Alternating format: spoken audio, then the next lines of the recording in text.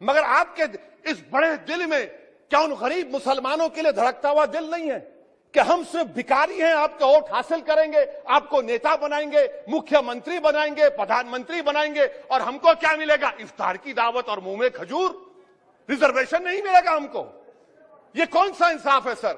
इसीलिए ये इनकी मुनाफिकत है, इसीलिए हम हुकूमत से मुतालबा करते। अच्छा, हैरत की बात यह कि सुप्रीम कोर्ट के जिस फैसले को ओवरकम करने के लिए यहां पर यह बिल लाया गया, सुप्रीम कोर्ट ने कह दिया कि मराठाओं के बारे में सोशली एजुकेशनल बैकवर्डनेस नहीं दिख रहा है। आप कैसे दिखाएंगे बताइए? मोहतरम चेयरमैन साहब, मैं आपकी जानिब से बरसर इख्तिदार जमात को मुबारकबाद देना चाहता हूं कि आज उन्होंने जो दस्तूरी तरमीमी बिल को लाया है, आप शाबानों के उस कानून के लाने के नक्शे कदम पर चल रहे हैं। मुबारकबाद देता हूं आपको और उम्मीद करता हूं कि इसके बाद बरसर इख्तिदार जमात के जिम्मेदारों की जबानों से बार बार शाबानों का जिक्र नहीं होगा, क्योंकि ये आपका दस्तूर में इस बात की इजाजत है कि सुप्रीम कोर्ट अगर कोई फैसला देता है तो सरकार को इस बात की इजाजत है कि वो उस फैसले के ऊपर कानून बनाए, जो आपने किया। तो इसलिए मैं कह रहा हूं कि आपने शाबानों की रिवायत को बरकरार रखा, आपको मुबारकबाद। दूसरी बात यह है जनाब चेयरमैन साहब के बड़ी बड़ी बातें हुई कि ओबीसीज के लिए सरकार है।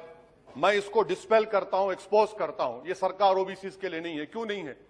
National commission of scheduled caste, national commission of scheduled tribe जो है 338B में उनको जो इख्तियार दिया गया है वो प्लान एंड पार्टिसिपेट करने का।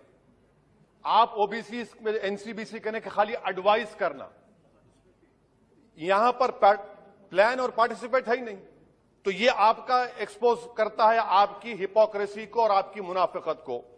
दूसरी बात यह है कि रोहिणी कमीशन ने कहा कि 10% ओबीसी 50% रिजर्वेशन को हासिल कर रहे हैं और 20% जाते हैं, इनको कुछ नहीं मिल रहा है। तो सब कैटेगराइजेशन क्यों नहीं कर रहे आप? अगर आप ओबीसी के लिए हैं तो उन मखसूस कास्ट के लिए आप हैं, आप तमाम ओबीसी के लिए नहीं है। यह आप ही का रोहिणी कमीशन ने आया है। तो सब कैटेगराइजेशन आप करेंगे नहीं करेंगे?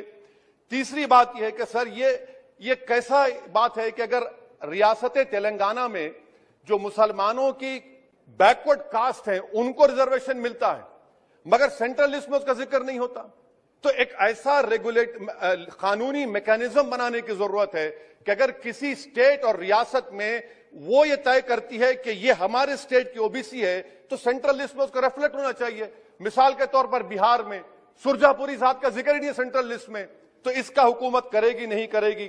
चौथी बात यह है कि आप क्यों डर रहे हैं? नरेंद्र मोदी की सरकार क्यों डर रही है? 50% को क्रॉस करिए ना।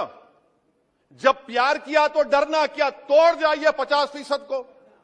क्यों 50% को डर रहे हैं आप?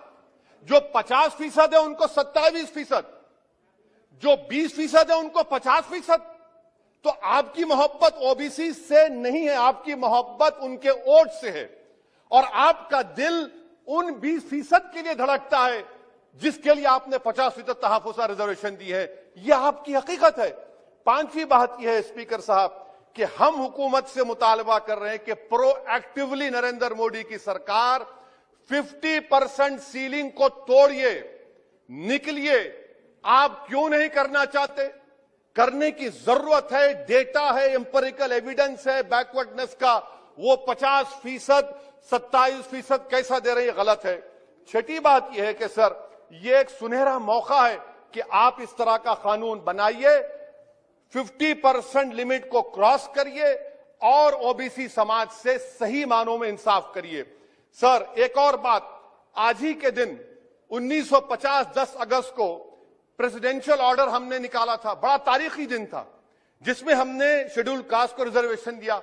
मेरा हुकूमत से मुतालबा है, मैंने कांग्रेस की हुकूमत थी वहां बैठता था मैं, आज यहां बैठकर भी तीसरी मर्तबा कह रहा हूं कि 1950 का प्रेसिडेंशियल ऑर्डर रिलीजन के बुनियाद पर बनाया गया जो राइट टू इक्वालिटी के खिलाफ है, जो राइट टू इक्वालिटी के खिलाफ है। एक सुनहरा मौका आपके पास आया है कि उसको रिलीजन न्यूट्रल करिए। जब शेड्यूल कास्ट में हिंदू, बौद्ध और सिख आ सकते हैं तो दलित मुसलमान, दलित क्रिश्चियन क्यों नहीं आ सकते? सच्चर कमेटी, गवर्नमेंट की कमेटी, उसमें जिक्र लिखा है। आप वो नहीं करना चाहते, आप नहीं करेंगे तो देख रहे उत्तर प्रदेश का अंसारी देख रहा है, उत्तर महाराष्ट्र के वो पसमानदा मुसलमान देख रहे हैं कि क्या तमाशा आप लोग करते हैं। यहां वहां चले जाते हैं, वहां के यहां आते हैं और हम लोग बीच में फंसे हुए रहते हैं। सर, छठी बात यह है, सातवीं बात यह है कि मैं हुकूमत से इस बात का मुतालबा कर रहा हूं कि 1950 प्रेसिडेंशियल ऑर्डर को रिलीजन न्यूट्रल किया जाए। अच्छा, ओबीसी की आपकी सरकार है, 89 सेक्रेटरीज हैं, कितनी ओबीसी है बताइए? 89 सेक्रेटरीज में 5 अगस्त 2009 को एक भी ओबीसी सेक्रेटरी नहीं था, एक शेड्यूल कास्ट और 3 एसटी थे। मुबारक हो आपको, आपकी मोहब्बत यह है, डेटा कह रहा है, मैं नहीं कह रहा हूं, आप मुझे झूठ साबित कर दीजिए। अच्छा, सेंट्रल यूनिवर्सिटी में सर, सेंट्रल यूनिवर्सिटी में 51.6% ओबीसी के पोस्ट वैकेंट हैं। इसीलिए मैंने कहा कि आपको उनके वोट से मोहब्बत है, उनको जमीन से आसमान पर उठाने से आपको कोई मोहब्बत नहीं है, यह हकीकत है सर। और सर, ये यहां पर बैठकर मैंने हमारे कांग्रेस के लीडर की तकरीर को सुना, शिवसेना वाले कह रहे हैं, एनसीपी वाले कह रहे हैं मराठा मराठा। भाई साहब, महमूदुर रहमान कमेटी की रिपोर्ट ने कहा था महाराष्ट्र में कि मुसलमान सोशली एजुकेशनल बैकवर्ड है, जो बॉम्बे की हाईकोर्ट ने उसको अपहेल्ड किया, और आप सिर्फ मराठाओं की बात करते हैं, मुसलमानों की बात क्यों नहीं करेंगे? वो 50 कास्ट जो मुसलमानों की बैकवर्ड है महाराष्ट्र में, वो देख रही है आपके इस तमाशे को और आपको एक्सपोज करके रहेगी। आप उनकी बात ही नहीं करते। मराठाओं को जरूर दीजिए, मगर आपके इस बड़े दिल में क्या उन गरीब मुसलमानों के लिए धड़कता हुआ दिल नहीं है कि हम सिर्फ भिखारी हैं, आपका वोट हासिल करेंगे, आपको नेता बनाएंगे, मुख्यमंत्री बनाएंगे, प्रधानमंत्री बनाएंगे, और हमको क्या मिलेगा? इफ्तार की दावत और मुंह में खजूर, रिजर्वेशन नहीं मिलेगा हमको। ये कौन सा इंसाफ है सर? इसीलिए ये इनकी मुनाफिकत है, इसीलिए हम हुकूमत से मुतालबा करते।